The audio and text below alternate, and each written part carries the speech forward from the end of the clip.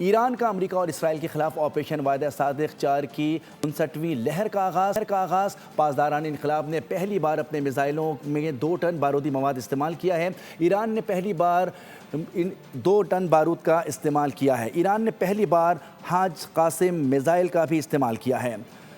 خم شہر اور قدر، فتح، قائم اور خیبر شکن جیسے جدید سپر سونک اور ہائپر سونک میزائل بھی داغے ہیں۔ پاسداران انقلاب کے مطابق میزائل شمالی اور وسطی اسرائیل کی جانب داغے گئے ہیں۔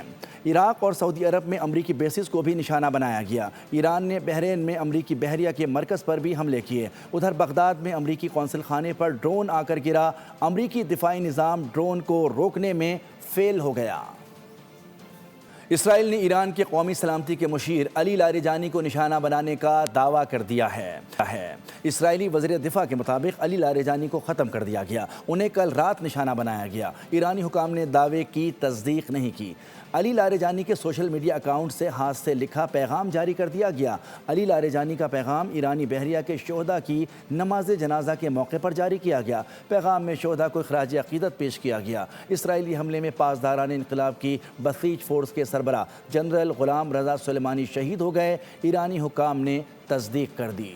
علی لاریجانی کی شہادت، اسرائیل کا بڑا دعویٰ سامنے آ گیا۔ اسرائیلی وزیر دفاع نے اپنے بیان میں کہا کہ ایران کے قومی سلامتی کے مشیر علی لاریجانی کو نشانہ بنایا گیا ہے۔ انہیں کل رات نشانہ بنایا گیا۔ ایرانی حکام نے دعوے کی تصدیق نہیں کی۔ علی لاریجانی کے سوشل میڈیا اکاؤنٹ سے ہاتھ سے لکھا پیغام جاری کر دیا گیا۔ علی لاریجانی کا پیغام ایرانی بحریہ کے شہداء کی نماز جنازہ کے موقع پر جاری کیا گیا۔ پیغام میں شہداء کو خراج عقیدت پیش کیا گیا۔ اسرائیلی فورسز نے بیسیج فورس کے سربراہ کو بھی نشانہ بنانے کا دعویٰ کیا ہے۔ ایران کے خلاف ٹرمپ کو محاذ کھولنا مہنگا پڑ گیا۔ پہلے اتحادیوں سے منہ کی کھائی، اب امریکہ کے سرکاری افسران بھی ٹرمپ سے بددل ہو گئے۔ امریکہ کے ڈائریکٹر جنرل ٹیررزم سینیٹر جو کینٹ نے ایران جنگ کے معاملے پر استعفیٰ دے دیا۔ جو کینٹ نے کہا کہ سوچ و بچار کے بعد میں نے استعفیٰ دینے کا فیصلہ کیا ہے۔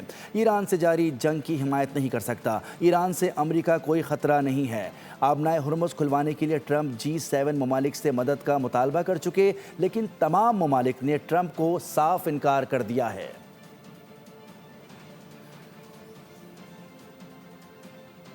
جنگی جنون میں مبتلا اسرائیل کے خون کی پیاس نہ بجھی۔ ایران کے خلاف بڑے پیمانے پر حملے جاری کر دیے۔ امریکی اور صہیونی فوج کی شہری علاقوں پر بھی شدید بمباری۔ تہران میں انفراسٹرکچر کو نشانہ بنایا گیا۔ عراق شہر میں حملے کے دوران ایک نومولود اور اس کی 2 سالہ بہن سمیت خاندان کے متعدد افراد شہید ہو گئے۔ ایران میں شہداء کی مجموعی تعداد 1500 سے تجاوز کر گئی۔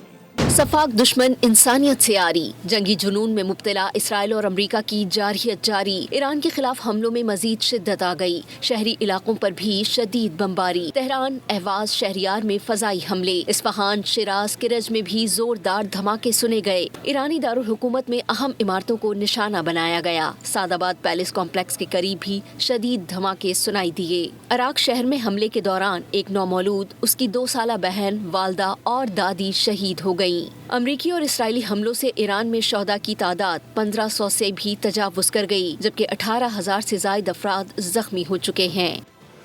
اسرائیل اور امریکہ کی جارحیت کے خلاف ایران کی بھرپور مزاحمت جاری۔ تازہ حملوں میں دشمن ملک پر بیلسٹک میزائلوں کی بارش کر دی۔